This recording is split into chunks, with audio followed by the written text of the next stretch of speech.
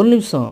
உங்களுடைய பிள்ளைங்களுக்கு மார்க் கம்மியாக வாங்கினா கூட நீங்கள் டாக்டர் சீட் வாங்கி கொடுக்குறீங்களே, 30,00,000 40,00,000 ஆனாலும் வாங்கி கொடுக்குறீங்க. அது எந்த விதத்தில் நியாயம்னு சொல்லுங்கள் பார்க்கலாம். வாங்கி கொடுத்துடலாங்க.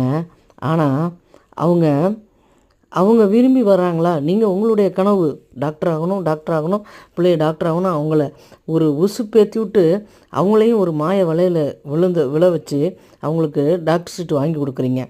அதனால் என்ன விளைவுகள் ஏற்படும் தெரியுமா? அந்த விளைவில் நீங்களும் மாட்டுவீங்க. இதே மாதிரியே காசு கொடுத்து டாக்டர் பட்டம் வாங்கினவன், டாக்டர் ஆனவன் என்ன பண்ணுவாங்க? நல்ல வைத்தியம் பார்ப்பாங்களா?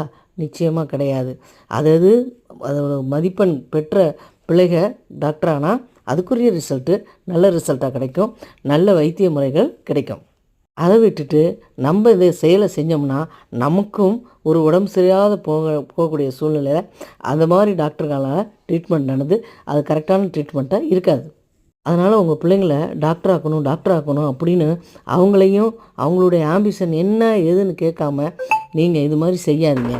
கொஞ்சம் யோசித்து பாருங்கள். அந்த பிள்ளைங்களுடைய ஆம்பிஷனையும் நம்ம கெடுக்கிறோம். அதனால் அந்த தப்பை நீங்கள் செய்யாதீங்க. அவங்களுக்குன்னு என்ன பிடிக்குதோ அதை படிக்கட்டும், ஜெயிக்கட்டும். நீங்கள் உங்கள் பிள்ளைங்க டாக்டர் தான் ஆகணுன்ட்டு மார்க் கம்மியாக வாங்கினாலும் டாக்டர் சீட் வாங்கி கொடுக்கணுன்னு நினைக்காதீங்க. அது ரொம்ப தப்பு.